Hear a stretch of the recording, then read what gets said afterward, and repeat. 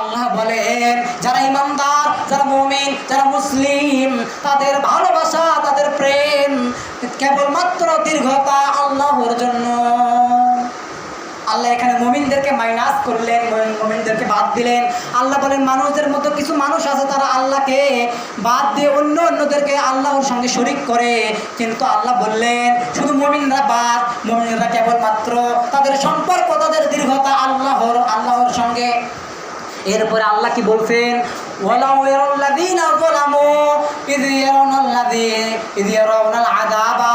আল্লাহ বলেন ওই জালেমরা যদি স্পষ্টভাবে প্রত্যক্ষ করত, আযাব যদি দেখতে পারতো, তাহলে তারা মনে করত আন্নাল কুওয়াতা লিল্লাহি জামিআ ওয়া আন্নাল্লাহা শাদীদুল আযাব।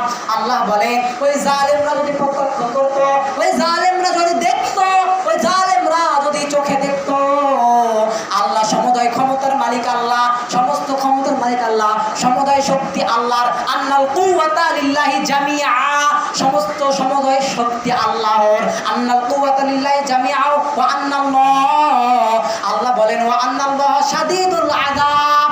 ওরা যদি বুঝতো যে আল্লাহ তাআলা আযাব দানকারী, আল্লাহ এমন আযাব দানকারী, ওরা যদি বুঝতো, ওরা বোঝে না। এরপরে আল্লাহ তাআলা সূরাতুল বাকারার 166 নম্বর আয়াতে আল্লাহ বলছেন ইয তাবাররা আল্লাযিনা নুত্তাবিউ মিনাল্লাযিনা ইত্তাবাউ ওয়া রাআবুল আযাবা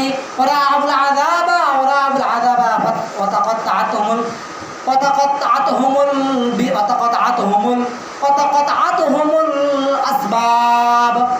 আল্লাহ বলেন ইয তাবাররা আল্লাযিনা ইত্তাবিউ মিনাল্লাযিনা ইত্তাবাউ। আল্লাহ বলেন যারা তাদেরকে অনুসরণ করেছে, কাদেরকে একটু পরেই বুঝবেন।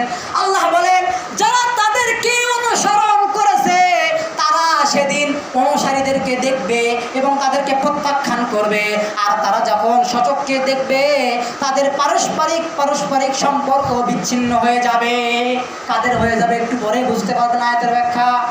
আল্লাহ এখানে বলছেন যারা তাদেরকে অনুসরণ করে, ওরা যেদিন দেখবে তাদেরকে, মানে অনুসারীদেরকে দেখবে, মানে কিয়ামতের ময়দানে ওই অনুসারীদেরকে দেখবে, তারা সম্পর্ক বিচ্ছিন্ন করবে এবং তারা আযাব সচক্ষে দেখবে এবং তারা তাদেরকে পারস্পরিক এবং তাদেরকে পারিভাষিক সম্পর্ক, যে একটা সম্পর্ক বোঝাই ছিল, সেগুলো ছিন্ন হয়ে যাবে। একটু পরেই বুঝতে পারবেন। এতগুলো আয়াত দ্বারা আপনি কি বুঝলেন?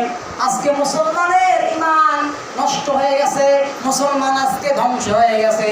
মুসলমানের মুখ দিয়ে এমন কথা বের হয়, শুনলে আপনি আশ্চর্য হয়ে যাবেন।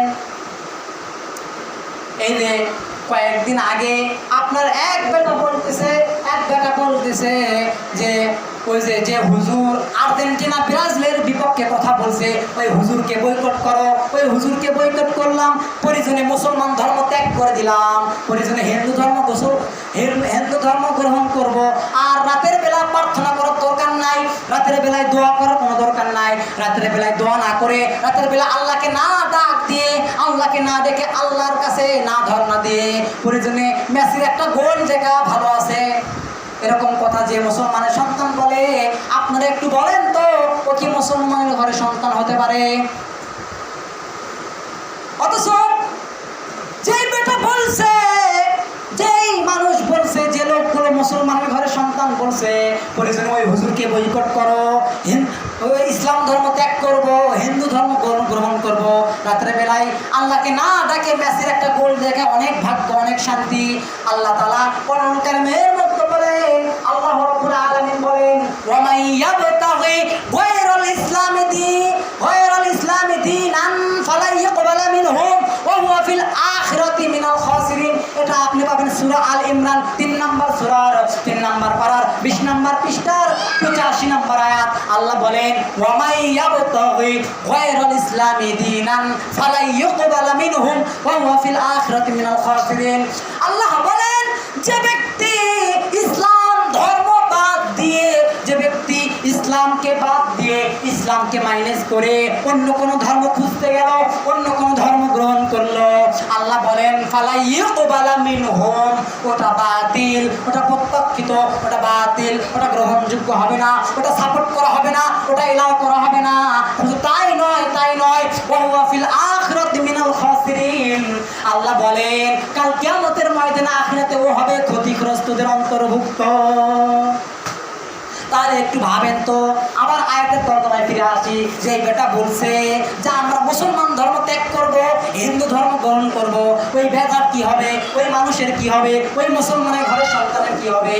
আল্লাহ বলছেন যে ব্যক্তি ইসলাম ধর্ম ত্যাগ করলো, অন্য ধর্ম গ্রহণ করলো, ওটা সাপোর্ট করা হবে না, অন্য ধর্ম গ্রহণ করা হবে না, আর ওরা হবে আখিরাতে ক্ষতিগ্রস্ত। অথচ ইসলাম কত সুন্দর ধর্ম, একটু দেখেন আল্লাহ তাআলা কোরআন কারীম সূরাতুল আল ইমরান 3 নম্বর সূরা 3 নম্বর পারার 12 নম্বর পৃষ্ঠার 19 নম্বর আয়াতে আল্লাহ কি বলেছেন? 19 নম্বর আয়াত সূরা ইমরানের 19 নম্বর আয়াতে আল্লাহ বলেন ইন্নাদ দীনা ইনদাল্লাহিল ইসলাম। আল্লাহ রাব্বুল আলামিন বলেন আল্লাহ তাআলার কাছে মনোনীত ধর্ম কেবলমাত্র একমাত্র ধর্মই হলো ইন্নাদ দীনা ইনদাল্লাহিল ইসলাম।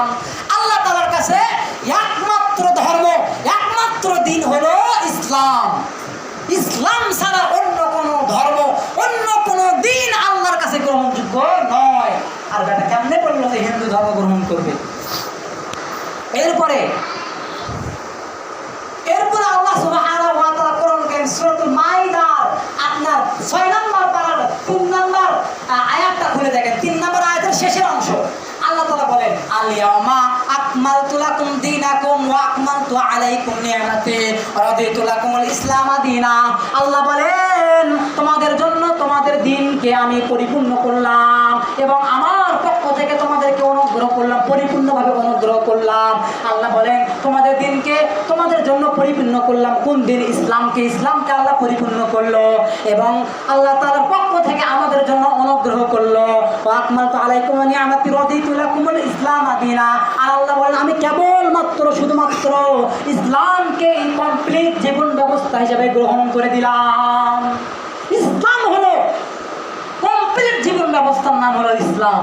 ইসলাম ছাড়া অন্য কোনো ধর্ম আল্লাহর কাছে গ্রহণযোগ্য নয়, কেবলমাত্র শুধুমাত্র ধর্মই হলো ইসলাম।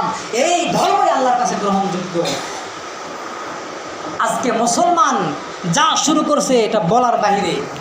এবার আসেন দুইটা হাদিস বলি। রাসূল সাল্লাল্লাহু আলাইহি সাল্লাম বলেন তিনটি কাজ না করা পর্যন্ত ওই ব্যক্তি ঈমানের স্বাদ পাবে না। এক নাম্বার হলো আল্লাহ এবং রাসূলকে ভালোবাসা। আর একটা হাদিসের মধ্যে ওয়ান আনাসিন রাদিয়াল্লাহু আনহু ক্বালা রাসূলুল্লাহ সাল্লাল্লাহু আলাইহি সাল্লাম লা ইউমিনু আহাদুকুম হাত্তা আকুনা আহাব্বা ইলাইহি মিন ওয়ালিদিহি ওয়া ওয়ালাদিহি ওয়ান নাসি আজমাইন। রাসূল সাল্লাল্লাহু আলাইহি সাল্লাম বলেন, আনাস বলেন আল্লাহর নবী সাল্লাল্লাহু আলাইহি সাল্লাম বলেছেন ওই ব্যক্তি পূর্ণ ঈমানদার হতে পারবে না, ওই ব্যক্তি পূর্ণ মুমিন হতে পারবে না, ওই ব্যক্তি পূর্ণ ঈমানদার হতে পারবে না যে ব্যক্তি তার বাবা, তার ছেলে এবং ধন সম্পদ এবং ওয়ান্নাসি আজমাইন সকল মানুষের চেয়ে আমি নবীকে বেশি না ভালোবাসতে পারবে, ওই ব্যক্তি পূর্ণ ঈমানদার হতে পারবে না। আজকে মুসলমানের ঘরের সন্তান কি করে? আজকে নবী বলেছেন যে ওই ব্যক্তি ঈমানদার নয় যে ব্যক্তি তার বাবা, তার ছেলে এবং সকল মানুষের চেয়ে আমি নবীকে জীবনের চেয়ে বেশি ভালো না বাসতে পারবে, ওই ব্যক্তি ঈমানদার নয়। আজকে দুঃখের বিষয়, মুসলমানের ঘরের সন্তান ব্রাজিলের জার্সি পরে, আর্জেন্টিনার জার্সি পরে, তারা ওই মডেলে চুল কাটে, মাথায় কি সুন্দর কাটিং দেয়, এমন কাটিং দেয়। ওই নেইমার যে কাটিং দিয়েছে, কাকা যে কাটিং দিয়েছে, তারপরে মেসি যে কাটিং দিয়েছে, ওই কাটিং দেয় মাথার মধ্যে বুকের মধ্যে আদর্শ লালন করে। অথচ রাসূল বলছেন তোমরা যতক্ষণ পর্যন্ত সকল মানুষের চেয়ে আমি নবীকে বেশি ভালো না বাসবা, আমি নবীকে বেশি অগ্রাধিকার না দিবা, ততক্ষণ পর্যন্ত তোমরা কি হতে পারবে না? খাঁটি মুমিন হতে পারবে না। আজকে যে যারা এগুলো করলো, যারা জার্সি করলো, যারা চুল কাটলো নেইমারের স্টাইলে, এরা কখনোই পূর্ণ মুমিন হতে পারবে না। কারণ ওদের আদর্শই হলো নেইমার, ওদের আদর্শই হলো মেসি। আরেক হাদিসে রাসূল সাল্লাল্লাহু আলাইহি সাল্লাম বলেন, আব্দুল্লাহ ইবনে ওমর রাদিয়াল্লাহু আনহু বলেন, হে আল্লাহর রাসূল, আমি বেশি ভালোবাসি, আমার স্ত্রী, আমার সন্তান এবং সব মানুষের চেয়ে বেশি ভালোবাসি, কিন্তু আমার জীবনের চেয়ে আমি আপনাকে বেশি ভালোবাসি না। তখন আল্লাহ নবী বললেন, ওমর শোনো, তুমি খাঁটি মুমিন হতে পারলা না। কিছুক্ষণ করে ওমর রাদিয়াল্লাহু আনহু বলেন, হে আল্লাহ রাসূল, আমি এখন আমার জীবনের চেয়েও আপনাকে বেশি ভালোবাসি। তখন আল্লাহ নবী বললেন, হে ওমর, তুমি এখন পূর্ণ কামিল মুমিন হয়ে গেলা, কামিল মুমিন হতে পারলা। মুসলমান ভাইরা, হাতিবান্ধার মুসলমান, একটু ভালো করে শোনেন। এই সামান্য আব্দুল্লাহ ইবনে ওমর, খলিফা ওমর, সামান্য তিনি একটা কথা বলেছিলেন যে আমার জীবনের চেয়ে আমি আপনাকে বেশি ভালোবাসি না। তাই রাসূল বলেছিলেন, তুমি কামিল মুমিন হতে পারো নাই, তুমি মুমিনই হতে পারো নাই। আজকে যারা বলতেছেন, যারা এই সমস্ত বিধর্মীদের কাজ করতেছেন, তাদের তাদের রীতিনীতি বুকে লালন করতেছে, মাথায় লালন করতেছে এবং মুখ দিয়ে ইসলাম বিদ্বেষী কথা বলতেছে, এরা কি মুমিন হতে পারে? তাই আল্লাহ সুবহানাহু ওয়া তাআলা বলেন, মানুষদের মধ্যে কিছু মানুষ আছে, ওরা আল্লাহকে বাদ দিয়ে অন্যদেরকে আল্লাহর সমকক্ষ মনে করে, অন্যদেরকে আল্লাহর চেয়ে বেশি ভালোবাসে। আল্লাহকে ভালোবাসার মতন করে তারা কি করে? অন্যদেরকে বেশি ভালোবাসে। মুসলমান, এই আলোচনা করে যা বুঝাতে আপনাদেরকে চাচ্ছিলাম, এই যে চট্টগ্রাম মানুষ বন্যাতে ভেসে গেল, কয়েকদিন মানুষ বন্যাতে ভেসে গেল, মানুষ ঘরের চালের উপর বসে বসে সময় কাটাছে, কিন্তু ওই চট্টগ্রামে দেখেন আল্লাহ কেন গজব দেয়। আল্লাহ যে বলেছেন, অমিনান নাসি মাইয়াত্তাখিযু মিন দুনিহি, আল্লাহ বলেন ওরা আমাকে ভালোবাসার মতো করে অন্যদেরকে বেশি ভালোবাসে। ওই চট্টগ্রামে কেন এত গজব আল্লাহ দিল? হয়তোবা ওরা আল্লাহকে ভালোবাসার মতন করে আর্জেন্টিনা, ব্রাজিলকেও বেশি ভালোবেসেছে। দেখবেন একদল মানুষ বন্যায় ভাসে গেছে, একদল মানুষের ঘর বাড়ি, গরু ছাগল, কত মানুষ আপনার বন্যাতে ভেসে মৃত্যুবরণ করেছে, বন্যার কবল থেকে বাঁচতে পারে নাই। কত গরু ছাগল বন্যায় ভেসে মৃত্যুবরণ করেছে, কত পশু পাখি মৃত্যুবরণ করেছে বন্যাতে ভেসে। কিন্তু একদল মানুষ ওই বৃষ্টির মধ্যে, চট্টগ্রামের মধ্যে বৃষ্টির মধ্যে, তারা মাটির মধ্যে একটা আপনার প্রজেক্টর লাগায়া ওই ব্রাজিল আর্জেন্টিনার খেলা বসে বসে দেখে। আর একদল মানুষ বন্যাতে মরে যায়, আর একদল মানুষ কি করে? ওই আর্জেন্টিনা ব্রাজিলের খেলা দেখে। একদল মানুষ ওই বন্যার মধ্যে মানুষকে উদ্ধার না করে, মানুষকে ত্রাণ না দিয়ে, মানুষকে সাহায্য না করে ওরা কি করতেছে? ওই বৃষ্টির মধ্যে ভেজে ভেজে মেসির খেলা দেখতেছে। মেসির একটা গোল দেখা বলে শান্তি। একজন তো বলেই ফেলেছে, আমার আব্বার চেয়ে মেসিকে আমি বেশি ভালোবাসি। একজন এই কথা পর্যন্ত বলছে যে আমার আব্বার চেয়ে মেসিকে আমি বেশি ভালোবাসি। তাহলে জন্মদাতা বাবার চেয়ে মেসিকে বেশি ভালোবাসা মানে কি?